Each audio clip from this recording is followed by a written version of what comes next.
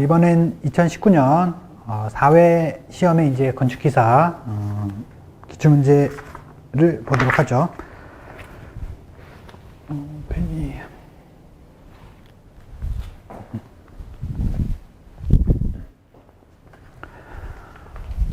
1번 보시면 공장의 레이아웃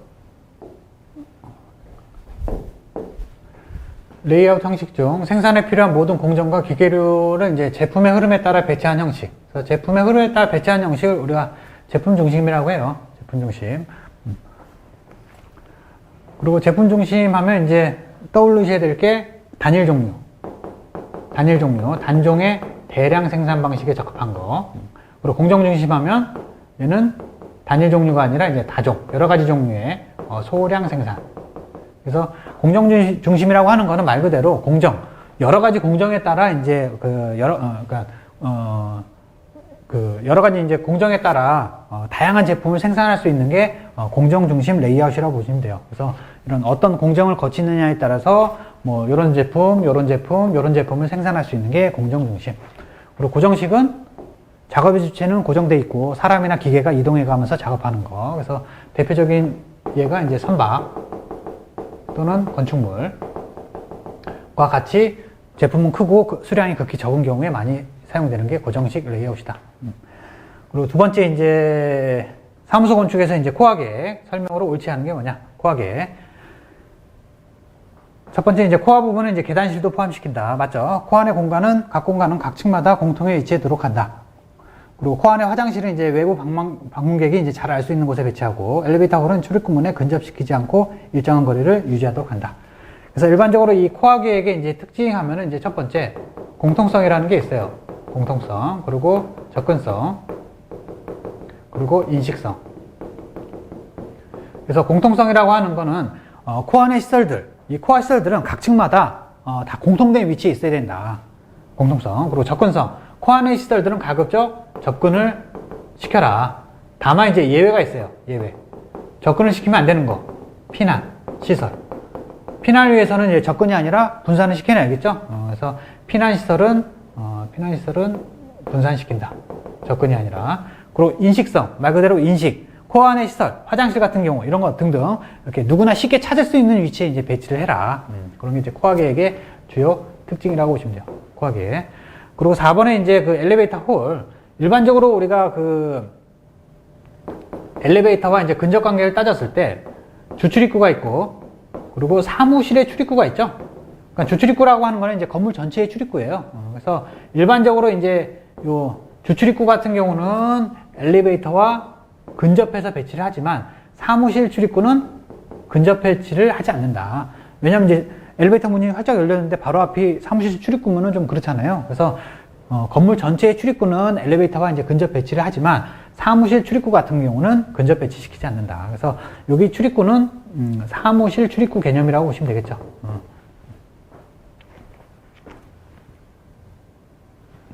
그죠? 그래서 근접시키지 않고 일정한 거리를 유지하도록 한다.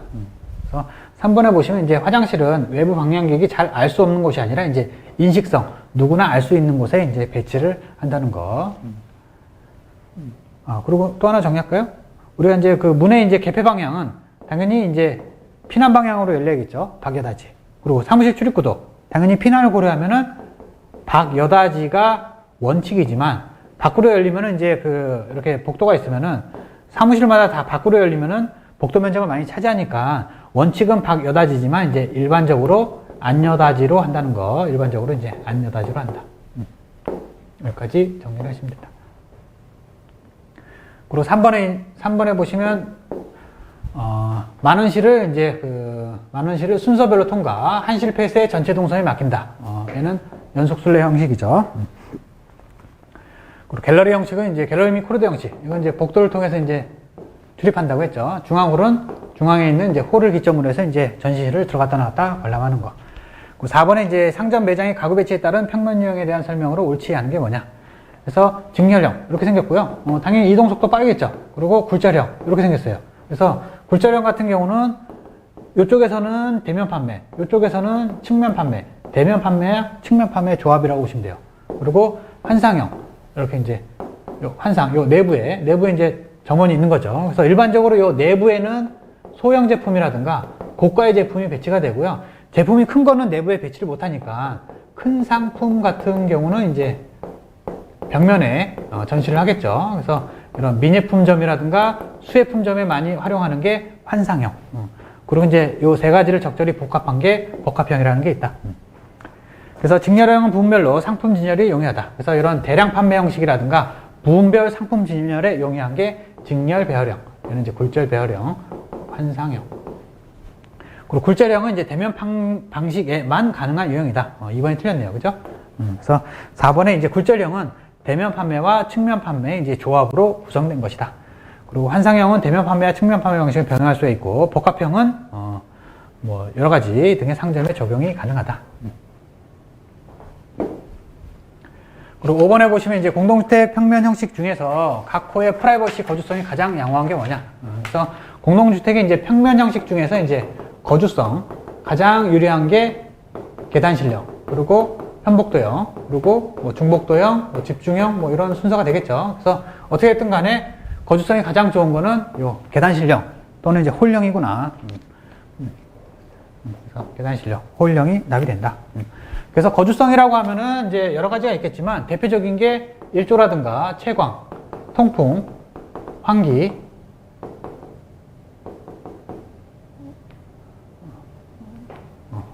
그리고 독립성, 그리고 소음, 이런 것 등이 이제 그 거주성의 이제 주요 요소라고 보시면 되겠죠. 그래서 이런 모든 거주성이 가장 좋은 게 계단실형이다.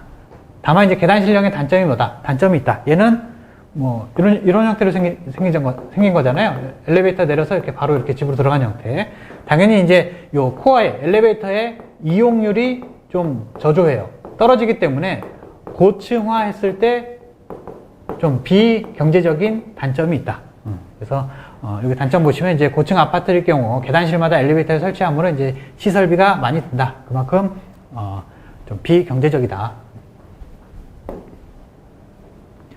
그리고 6번에 보시면 가시거리 한계, 가시거리에 대한 설명이다. 일반적으로 이 가시거리의 한계는 이제 생리적 한도라고 해서 15m, 여기 나와 있네요. 생리적 15m, 1차 22, 2차 35m. 그래서 이런 그 사람의 표정이라든가 물체의 형상 이런 걸 파악할 수 있는 이런 생리적 한도를 우리가 15m, 그러니까 표정을 읽을 수 있는 가시거리 한계는 15m.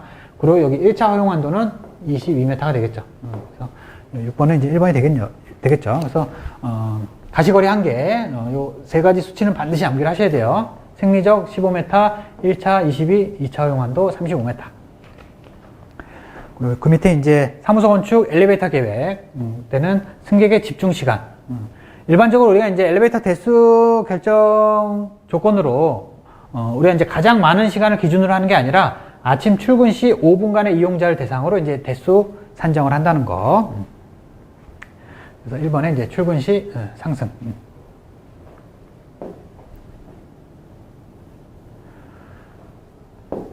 그리고 8번에 보시면 이제 도서관의 이제 출납 시스템.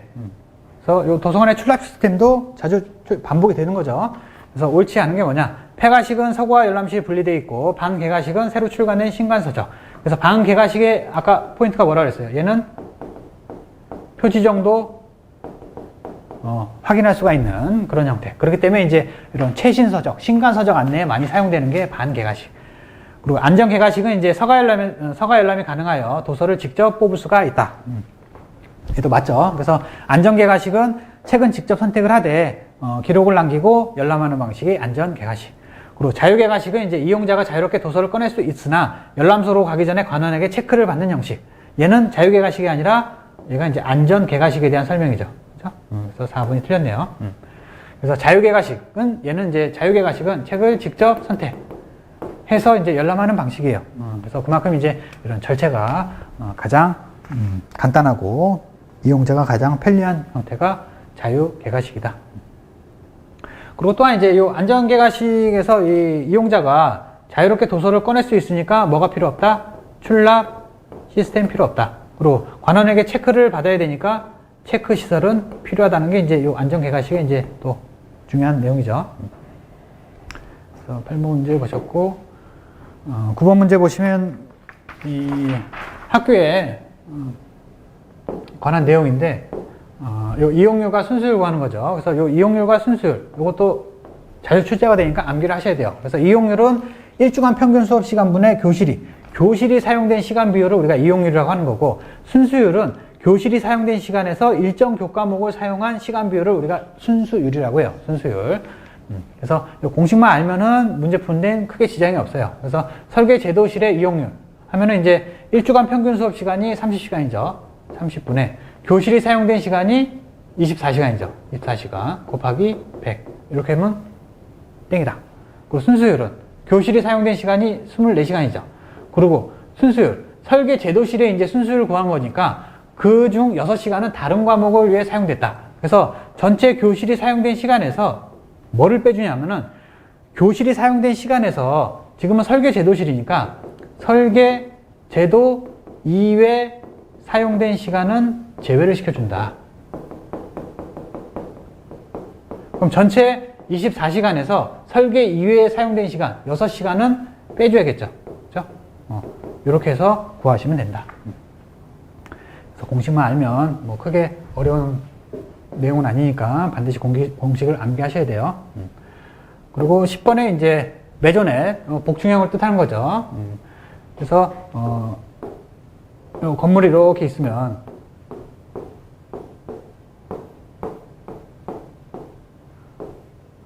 이건 이제 공용부라고 보시면 되고, 그래서 일반적으로 이제 이렇게 그 하나의 주어가 이렇게 한 개 층으로 이렇게 구성된 거, 이걸 우리가 플랫 타입 또는 단층형이라고 해요. 단층형.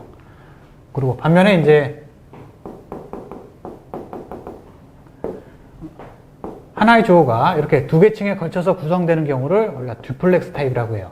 그리고 이렇게 세 개 층에 걸쳐진 경우를 트리플렉스 타입.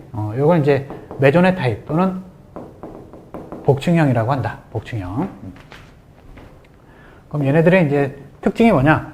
다양한 평면 구성이 가능하다. 맞죠? 그리고 소규모 주택에서는 당연히 비경제적이겠죠. 왜냐면 이제 상하층 올라갈 수 있는 뭐 계단도 필요하고 하니까 그만큼 전용 면적이 작아질 수가 있다. 소규모 주택에서는.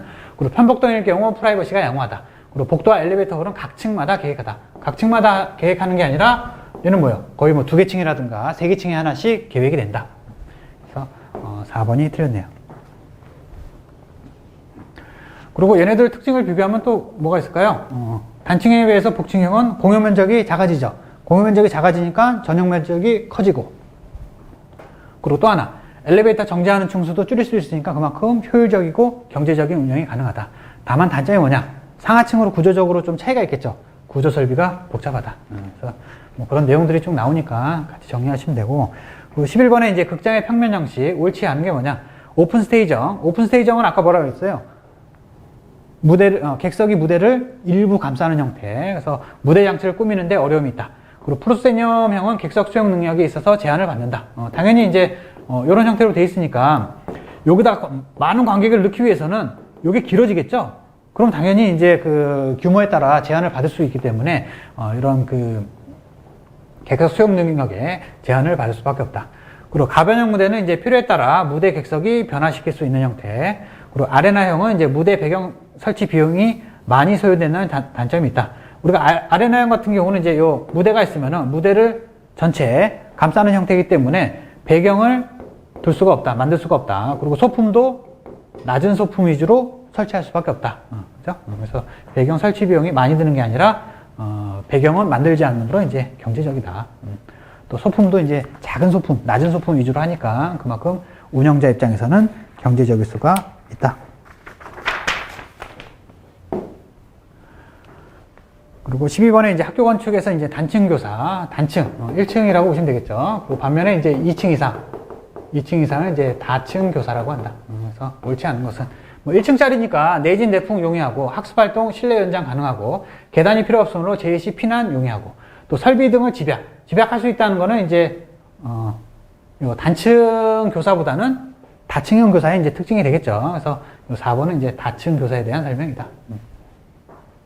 만약에 우리가 이제 요 다층 교사 같은 경우, 우리가 이제 그 학년을 배치한다고 하면은 가급적 저학년은 1층에 배치하고요. 고학년은 이제 2층 이상의 층에 이제 배치를 해야겠죠. 원칙적으로. 그리고 13번 보시면 이제 주택의 이제 부엌의 이제 가구 배치 유형. 그래서 L자형은 부엌과 식당. 자주 나오죠. 그래서 L자형. 그래서 이런 공간에 이제 식탁. 그래서 이렇게 이제 많이 활용되는 형태고, 또 D자형은 이제 작업 공간이 좋기 때문에 이제 작업 효율이 나쁘다. 그래서 D자형 같은 경우는 이제 요 세면의 벽에 이제 작업대를 배치하는 형태로 가장 효율적이라고 보시면 돼요. 가장 효율적. 그래서 이번에 틀렸죠. 그리고 일자형 같은 경우는 이제 좁은 면적, 소규모에 이제 주로 사용되고, 또 일자형 하면 이제 우리가 동선의 혼란이 없는 반면에 동선이 길어지게 되면, 일자형이니까 이렇게 동선이 길어지게 되면 또 작업량이 많아진다는 그런 단점도 있다. 그리고 병렬형은 이제 작업 동선을 줄일 수 있지만 작업 시 몸을 이제 앞뒤로 바꿔야 되는 그런 단점이 있다. 그리고 참고로 이제 그 마주보는 작업대 사이 간격. 주로 이제 마주보는 작업대 사이 간격은 일반적으로 한 1.2에서 1.5m 정도가 적당하다. 참고로 좀 정리를 하시고. 그리고 14번에 이제 뭐 이런 편의 증증에 관한 법률.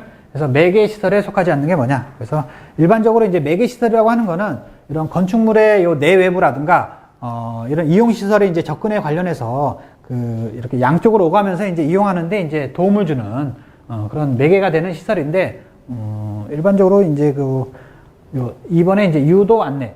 이거는 뭐 딱 봐도 매개 시설이 아니라, 안내 시설에 해당이 되겠죠. 그래서 요 안내 시설이 있으니까 요거만 구분해서, 정리를 하세요. 그래서 이런 편의 증진에 관한 법령 자체도, 볼 내용이 많이 있기 때문에 그런 걸 다 일일이 공부할 수 없기 때문에 기출문제에 나왔던 내용 정도 정리를 하시면 될 것 같아요. 15번에 이제 고대 사찰 배치 중 1탑 상금당, 청합리 사시죠. 그래서 이것도 그냥 요 내용 정도 정리하세요. 그래서 1탑 상금당식 하면 대표적인 게 이제 청합리 사지니까 이런 게 있구나. 그리고 16번 이제 상전 계획에 대한 설명으로 이제 옳지 않은 게 뭐냐? 상전. 고객 동선은 일반적으로 짧을수록 좋다. 틀렸다. 그래서 16번 1번이 틀렸네요. 그래서 우리가 일반적으로 이제 동선이라고 하면은 짧고 명쾌하고 간단하게 하는 게 이제 대원칙이지만 좀 예외적인 게 있다. 그래서 대표적인 게 이제 요 판매시설. 판매시설의 고객 동선이에요. 고객 동선은 길게 해준다. 왜? 구매 욕구를 증가시키기 위해서. 그리고 또 하나가 있어요. 우리가 이제 비슷한 용도면 근접 배치하는 게 원칙이지만, 이런 침실군을 예를 들면, 노인 부부 침실과 젊은 부부 침실이 있다. 그럼 같은 침실군이기 때문에 근접 배치를 해야 되지만, 근접 배치하면은 프라이버시에 문제가 생긴다. 그래서 가급적 프라이버시 확보를 위해서 이제 같은 침실군이라고 하지만 이격시켜 놓는다는 거. 그래서 간혹 이 동선 계획에 이제 예외가 되는, 위배가 되는 경우도 간혹 있다는 거. 나머지 보시고. 그리고 17번에 이제 그리스 아테네 아크로폴리스. 이런 게 이제 좀 어려운 형태의 문제예요. 그래서 이런 걸 이제 보신 분들은 맞출 수 있지만, 우리가 실제로 이제 건축기사 공부하면서 이제 이런 것까지 이제 잘 보진 않잖아요. 그래서 답은 요 3번이고요. 요 니키 신전은 이제 이런 코린트 양식이 아니라 요 이오니아식 건축물이라고 해요. 이오니아식. 그래서 이런 페르시아 이제 전쟁에서 이제 승리 기점으로 이제 세워졌다는 거. 얘도 마찬가지로 요 문제 정도 나와 있는 개념 정도만 정리를 하시고. 그래서 이렇게 문제를 자주 풀다 보면은 중복이 되고 그렇지 않은 부분들이 보여요. 그래서 아까도 말씀드렸듯이 요 중복이 되는 부분들 위주로 해서 정리를 1차적으로 하시고, 이게 완료가 됐다고 하면은 이런 부분들로 넘어가는 거죠. 그래서 완료가 되면, 근데 그게 잘 안 되죠. 왜냐면 이제 뭐 계획만 공부하시는 게 아니라 뭐 구조라든가 시공 여러 가지 과목을 다 공부를 같이 하셔야 되니까 좀 빈도가 높은 거 위주로 정리를 하시면 될 것 같아요. 그리고 18번에 보시면 이제 얘도 건축가 작품 옳지 않은 게 뭐냐? 보시면 이제 4번에 MIT 공대 기숙사, 이제 미스 반데로에가 아니라 이제 스티븐 홀.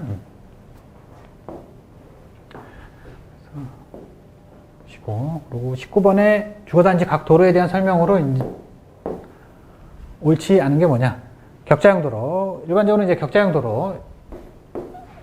교통을 이제 분산시킬 수가 있어요. 교통을 분산시키고 이제 넓은 지역을 서비스할 때 쓰는 게 격자형 도로. 그리고 선형 도로는 이제 폭이 좁은 단지. 그래서 일반적으로 이제 선형 도로라고 하면은 이제 선으로 돼 있는 도로를 얘기하겠죠. 그래서 이런 식으로 돼 있으니까 선형. 특징이 뭐예요? 이쪽에서 한쪽으로 이렇게 한쪽 측면을 이용할 수가 있고 또 양쪽 측면을 이용할 수가 있겠죠. 그래서 선형 도로 같은 경우는 이제 이렇게 폭이 좁은 단지, 폭이 넓은 단지가 아니라 좁은 단지에 유리하고 한쪽 측면의 단지만 서비스할 수가 있는 거 아니라 한쪽 측면 또는 양쪽 측면을 동시에 이제 서비스할 수가 있다는 특징이 있다. 그래서 2번이 틀렸죠. 그리고 루프형은 이제 요 우회도로가 없는 쿨대삭형의 이제 결점을 이제 보완시킨 그런 도로를 이제 루프형이라고 보시면 돼요. 루프형. 그래서 단지 가장자리 이제 가장자리라든가 내부에 이제 이런 U자로 이렇게 이제 돌아 나오는 그런 형식의 이제 도로를 루프형이라고 보시면 돼요. 루프. 그리고 쿨대삭 도로형은 이제 통과교통 방지하고 주거 환경의 이제 쾌적성과 안정성을 모두 확보할 수가 있다. 그래서 쿨대삭은 이런 도로 형태라고 했죠. 그래서 이런 주거단지 이제 도로에 관한 거. 그래서 격자형, 선형, 루프, 쿨대삭. 이 정도는 좀 정리를 하시면 될 것 같아요. 그리고 20번에 다음 주택의 이제 기준 척도에 관한 설명. 안에 알맞는 게 뭐냐? 그래서 거실, 침실, 평면, 각변 길이는 이제 뭐뭐 단위로 한 것을 이제 기준 척도로 할 것. 그래서 일반적으로 이제 주택의 평면 및 각 부위의 이제 치수, 기준 척도는 이제 첫 번째 안목 치수를 원칙으로 하고요. 그리고 거실, 침실 이런 데는 이제 5cm 단위로 한 것은 이제 기준 척도로 한다. 그래서 5cm라는 거 같이 정리를 하시면 되겠죠. 그래서 여기까지 해서 19년도 1회차, 2회차, 이제 4회차 요 기출문제에 대한 내용을 좀 쭉 훑어봤고요. 이렇게 계속 문제를 풀다 보면은 항상 반복해서 말씀드리지만 요 중복되는 내용 여기서 이제 중요도를 파악을 하셔야 돼요. 중요도를 파악해서 1차적인 학습의 목표가 되셔야 되고 그렇지 않은 부분까지도 볼 수 있게끔 좀 이렇게 학습 범위를 차근차근 점차적으로 이제 넓혀 가시면 될 것 같아요. 그래서 여기까지 하고 18년 문제 해설에서 이제 보도록 하죠.